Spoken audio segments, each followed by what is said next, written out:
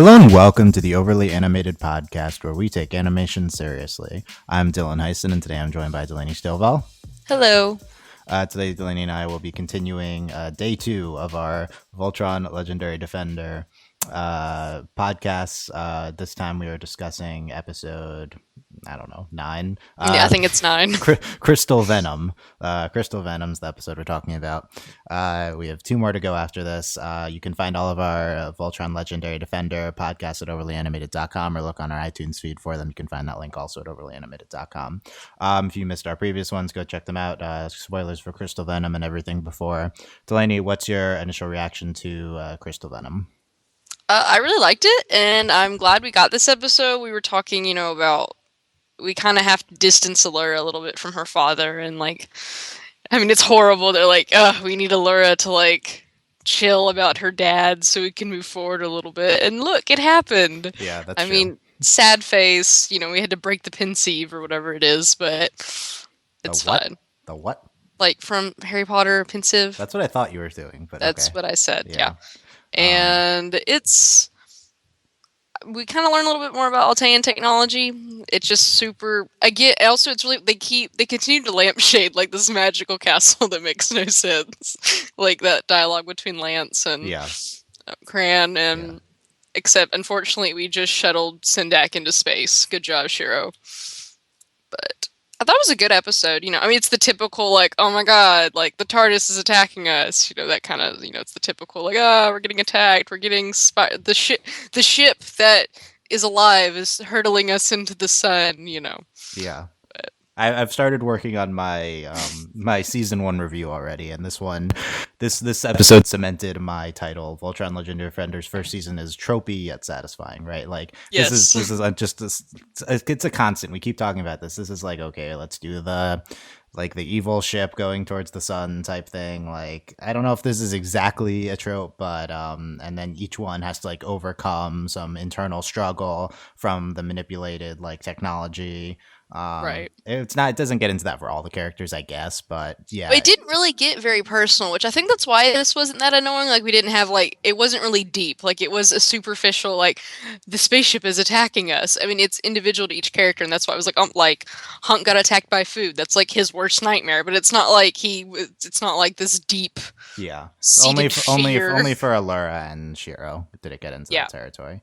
Yeah, I think this episode's fine. It's one of the better examples of this trope that I've seen done. I think if this was episode 4, then I would be happier with it. As episode 9, I'm a little annoyed that we're still doing this, but not that it needs to be not tropey at this point. It's just it's the 10th episode in a row that satisfies. It's episode 9, so that's not true, but it's they're getting through a checklist. Okay, we had this episode, and we had this episode, and we had this episode. We're on our way to being a sci-fi series. Come on, we don't have to have every single one of these tropey sci-fi episodes. Yeah, I think as the placement of this trope, I think, was intentional. This is supposed to be the nightmares and daydreams of this season, the calm before the storm type episode. But the problem is, even though we were just fighting some monster on we hope the Soul Balmera arc, it still felt like the calm before the storm, because that was all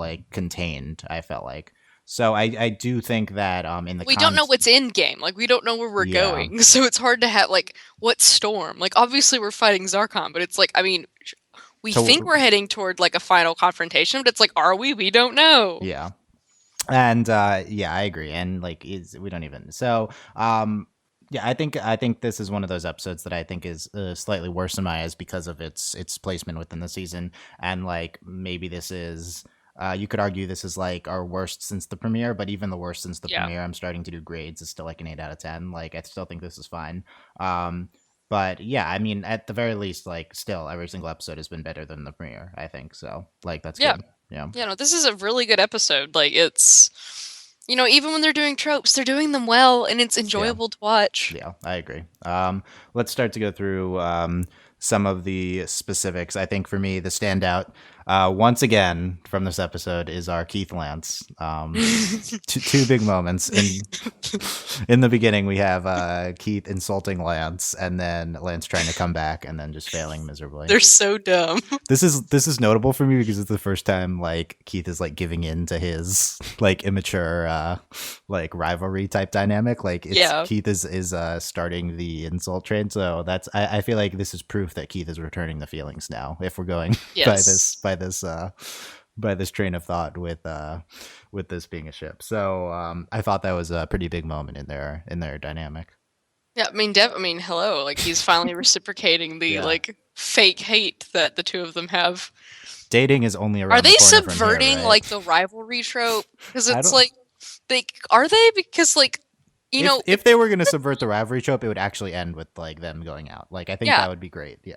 Which I'm fine with, but I think like you would think in a show like that's the kind of the refreshing part about this is that like we have all these guys and Pidge, but then it's like they don't really act like like their characters in any other show would fight, like they would fight and hate each other, but it's all in Lance's head, like it's not real. Yeah, it's already a subversion because they're actually just friends, but it's just in Lance's head. If it went nowhere from here, it'd still be somewhat creative. And one of the better dynamics on the show. But if it could get into even more subversion territory in a few ways. It's not even like a reluctant like, oh, I gotta save Lance. No, it's like they genuinely care for each other. Yeah, they do seem to. Yeah, it's great. Yeah, and then you reference at the end we have Keith saving Lance. Wow, like, this is like the third time, like so romantic. And then I don't know, how do they react to this?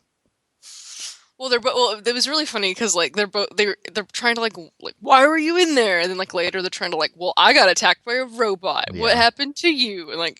And so like they both stare at each other like, well, the ship's attacking me. That's what was it the ship? That's what's trying to kill me. And they like look at each other and they like scream and run away. Like, what? What are you for? Yeah. But it was pretty funny. So I think we're not gonna do it in the last two episodes. Like, I think there's not enough. Yeah, I don't think so. But we might get something though, like not like confirmation, but like just something like I cradled you in my arms. Yeah, like that level. That is still to me that is the highlight right now of the season. I cradled you in my arms. I don't think it's paying off. Which I do think might be a negative mark. We'll see how it's handled in the last episode. Right. We'll see. We're close enough that it's not worth speculating. I think the other highlights are everything with Allura and her dad. Like you said, we were annoyed by the initial aspect of Allura's father dynamic, right? Like that's her main like personality trope, like it's very much her trope, and like breaking free of the trope type thing is this episode. So I do think I think this is a little late for that. I guess I would have liked this episode a few episodes ago, but at the same time it's still welcome for her character. Yeah, it makes sense happening after like the ritual thing. Like it makes sense coming after that, but of course the ritual that part of the arc was 4 episodes. Yeah, it definitely is a little late, but it makes sense why it's happening now. I'm glad it's happening at all. I was afraid we were just gonna have the AI like forever. So I'm glad it's gone. Yeah, and we also just trashed the AI element. You're right. Yeah, it's a good like rip the AI. Yep, good. Bye AI dad. Yeah. So good, positive. Allura's character. I mean, I think we spent a long time with her, like in the transfixed by the AI dad, but then she does break free strongly, and it pays off very well. And it's not in a really annoying way. Like it's very much like, okay, you gotta go blow up dad. Father, so. I love this flower. It's so pink. I got really tired of seeing all of the flowers. Like, if we're gonna like do this, can we see like a cityscape of like how many times like what's so important about this? No, the whole planet is just one field of flowers. That's it. That's all there is. I mean, it could be. Why do you think she's so nostalgic for it? That's the entire planet. I mean, I guess I'd be nostalgic for it too if like I lived on like a planet like that, but Father, aren't the flowers so grand? Though, can we talk about though? Like, she literally like what broke it was literally Korean going like smell the flowers. Like, darn it. I feel like the AI could have like had there's like some sort of smell machine on the ship and could have like seriously though, like she could pick it up and touch it.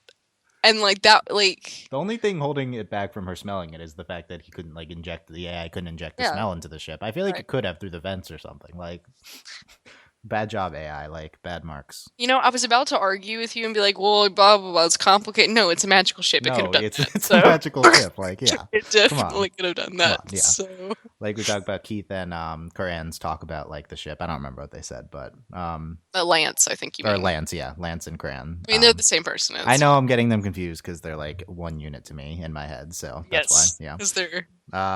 But yeah, that the referencing like magical ship and stuff like that, pretty good.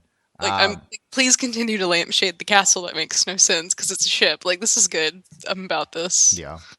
And then I think the other highlight would be Shiro and Sendak, the cryogenically frozen Sendak, who didn't seem like he was actually even Sendak talking to him. It was just the ship. So yeah, which is interesting. Like, this ship is like, don't piss the ship off. Like, don't like put a virus in the ship. Yeah. Yeah. Well, I mean, like, yeah, the ship was corrupted, but like.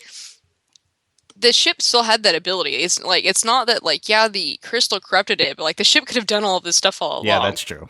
So like that's terrifying.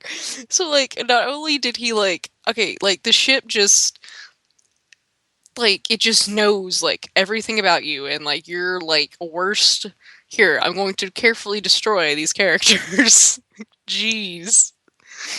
Yes, ship just capable of killing them. Like, very obvious now. Yeah, it's very clear that, like, I mean, I would also be scared of the ship.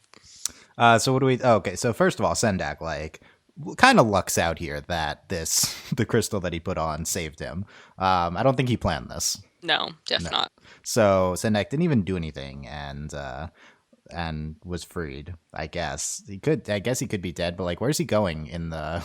Well, that's the thing. He's in a cryopod, so, like, technically, like, as long as the pod doesn't get damaged, like, he's fine. It's not clear whether he's still frozen or not. He smiles, but that could have just been in Shiro's head, right? That was just in his head. I think they made. I think that was in his head, but yeah, a few of the scenes were confusing, but it did appear that like he wasn't awake, like he's still frozen. I think so, yeah. So I mean, I don't think we'll see him again this season, but I think this is the. This is the Zhao Olympic swimmer moment. Like, it's finally paid off. Like, Zhao Olympic swimmer. This is like if Zhao in the Avatar Book 1 finale, like, was not obviously dead, then yes. Then he could there's a chance he comes back, right? And Zhao does come back in Korra, yeah. So and a whole lot, like not in the same way. 3 seasons into the future. Into the 100 years, yeah. Exactly. No, it's more like it's 5 seasons into the future. Admiral Zhao comes back. Maybe that's. So Sendak will come back in season 6 of Voltron, is what we're saying. Okay, established. So what do we think of this psychological element to Shiro and his thing with the Sendak and the crystal talking to him? What did you enjoy that? I mean, it's such an obvious way to go. Yeah. And we kind of need to go there because, like, I mean, I love Shiro. He's so nice and he's such a cool person. But then it's like, we kind of need to remember, like, he was a gladiator. Like, he's been through a lot. And he has, like, an evil Gulra arm. Like, we kind of need to talk about it a little bit. And I'm glad that we're kind of dealing with this because, like, he's had amnesia, not been able to remember things, and, like, this is kind of the payoff, I think. Like, Shiro's so awesome. Like, I'm not saying we have to, like, break characters to make them better, but, like, we've had, like, Shiro just being super awesome the whole time. Like, we kind of need something like this to, like, ground him a little bit more. Like, and not in that, like, he has to suffer to be grounded, but in that, like, we need some more from him, and this is a very obvious way to go, and I think it's a good way to go, because there's a lot of unanswered questions, because they can just whip stuff out. Like, oh, I did this in, like, month 2 of my imprisonment. Like, we need to know more. Yeah. Yeah, that's still a sort. I mean, in theory, he remembers most things by now, but it's not clear, I guess. Yeah, we don't know. I mean, our one thing on our wish list was more characterization for Shiro, and I think this mostly satisfies that. Oh, I think so. And like they've also been hinting at it like the entire season. Is he's had moments of like it's not just him remembering things; they are like traumatic flashbacks. Yeah. Like we've had several of them, so this I do think is like finally a payoff there for like these moments we've had, where Keith's like, Shiro, are you okay? And it's, that kind of stuff. So. Yeah, and I also think this episode confirms that like Shiro's going to serve as our Zuko, our like Luke, Anakin type character. Like it seems like whenever he sees Zarkon's gonna be like, join me, Shiro. Like we're gonna get all that type of stuff, which I guess is okay. I think it's good because like we like think Shiro's like a good person, so it's different than most of these iterations where usually I guess it's more like Luke, right? I guess that'd be the biggest comparison of like someone who's like pure hearted, and we're like, no, he's probably ultimately not going to, but there's still like some elements that will be presented for that. What else we got here? We had stuff with each character, like the ship, talking about them. The kitchen goo stuff I thought was I'm done with the goo. Okay, that's in nice territory. We don't need more goo. We had Hunk and Pidge battling like the grooming. I like that. I like those two together. That's good. It's good. Pidge with anyone's good. So I mean that's true. And we had then both of them with the gravity turning off, right? Right. And he's like, kick me, and he's like, and yeah. We're friends. No, just kick me into the panel. And then like Pidge just totally like bounces off the wall. Poor Pidge. I think Hunk is like the most innocent one, by the way. Like, oh no, definitely. We have no desire to ship Hunk with anyone. He's just like like pure, yeah. Yes. Okay. And then Pidge is the next. Yeah, I think so. Like, well, I think I ship like Pidge with like technology. I don't know, like, does that count? We have all these, so it's so funny, like, we had when they were talking about like I guess we had to talk about the Altean like pensive tech basically, where they like can extract memories. And they were using it to interrogate Sendak, and Pidge is freaking out. It was like, and like bouncing around the jar thing. Isn't it pensive or is it pensive? I don't know. I'm from Kentucky. I don't know what anything sounds like, Dylan. I don't know how to I'm gonna play that clip whenever you try to get on me for making fun of your accent now. That's my you should 100%. I don't know how to say anything. Accurate. Okay. That's what happens when you read something and they're British. We don't know. I don't know if that was like what I think that was. I think it's pensive because it's sieve, right? Because that's how it's spelled. I remember that being a debate somewhere. So, we had the Keith with the training robot. So literally, Pearl and Pearl's like robot thing. Basically. What do you think of Keith fighting? I once again we see Keith like doing things, but nothing about actual Keith's like as a person. Like, it's like they're trying to make like he's supposed to be like just like the attractive one, and everyone's just supposed to be like, oh look, he's working out. I don't know, like. Yeah, I guess that's what he's serving as. Doesn't do things like I don't know. I mean, I'm convinced he's nice at this point, but I don't. Yeah, he's like he's fine. Yeah. Like they're I think they're trying to make him a bad boy, but like he's not. Like he's just. Yeah, like what's he doing this bad boy, right? Like it's like you're like none of you can be bad boy. Like none of you. Yeah, I agree. I did like seeing the robot though. Like I like training sequences like that. I always like, and also it's also funny. Like he goes level 3, and it's like that's kind of low when you think about it. Like y'all suck. Maybe level 3 is the highest level. Well, we saw what the thing could do. Well, we saw what the thing could do, and it was set for an Altean child. So who knows? True. It did almost murder them. So yeah.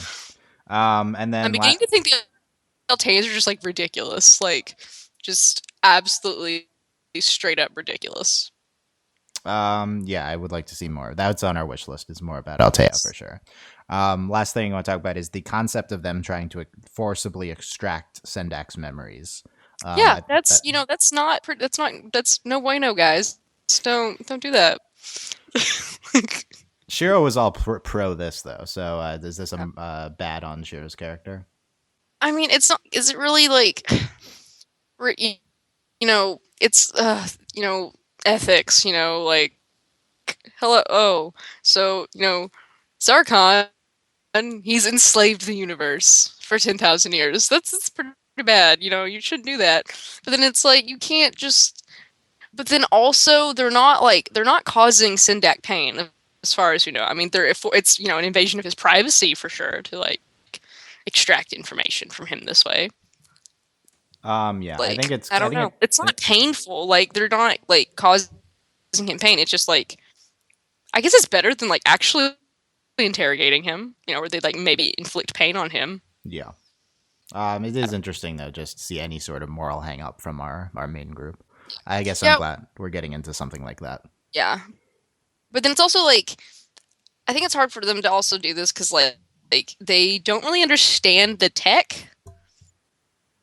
Like, they're just using like magical Altean stuff. Like, they're like, okay, whatever, it does this. That's true. It's yeah, they don't really understand what it might be doing. I agree.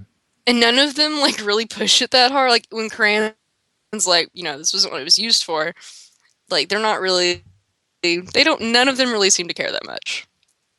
Yeah, interesting. Well, I'm waiting to see like something like, you know, obviously like this is 100% invasion of Syndic's privacy, but like we, you know, they didn't cause him pain as far as we know. I mean, they sent him into space. That's not cool. Like, whoa, like you just like launched this cryopod. Well, that wasn't like, intentional by them. Yeah. Right. So I don't know. I guess we'll have to wait until like something that's more like obviously questionable. Yeah, we'll see where it's going before we be like, yeah. If we get into any more of this, any sort of questionably moral stuff with our main gang, definitely. Because I was thinking about that last episode because it's like, because I'm like, you know, all of them are just like super nice, good people. Like, I mean, obviously we'd want the Voltron crew to, you know, not be questionable, but it's just different. Like how every single one of them is just like automatically just, you know, they're all pure of heart and, you know, kind and brave. I mean, Lance is kind of like, Lance can be a jerk, but they're all like essentially good people. Yeah. So it's interesting. Yep. But we'll see where that's going. Next episode, we've got, I already looked at the name for this. What was it? Collection and Extraction. So interesting. We're going into the trash compactor, obviously. That's what's next in our Star Wars parade. So yes, Star Wars parade. Yeah. Okay. We will see you. We will see you guys for our next episode. 2 left to go, and going to be interesting. Thanks for listening. Bye. Bye.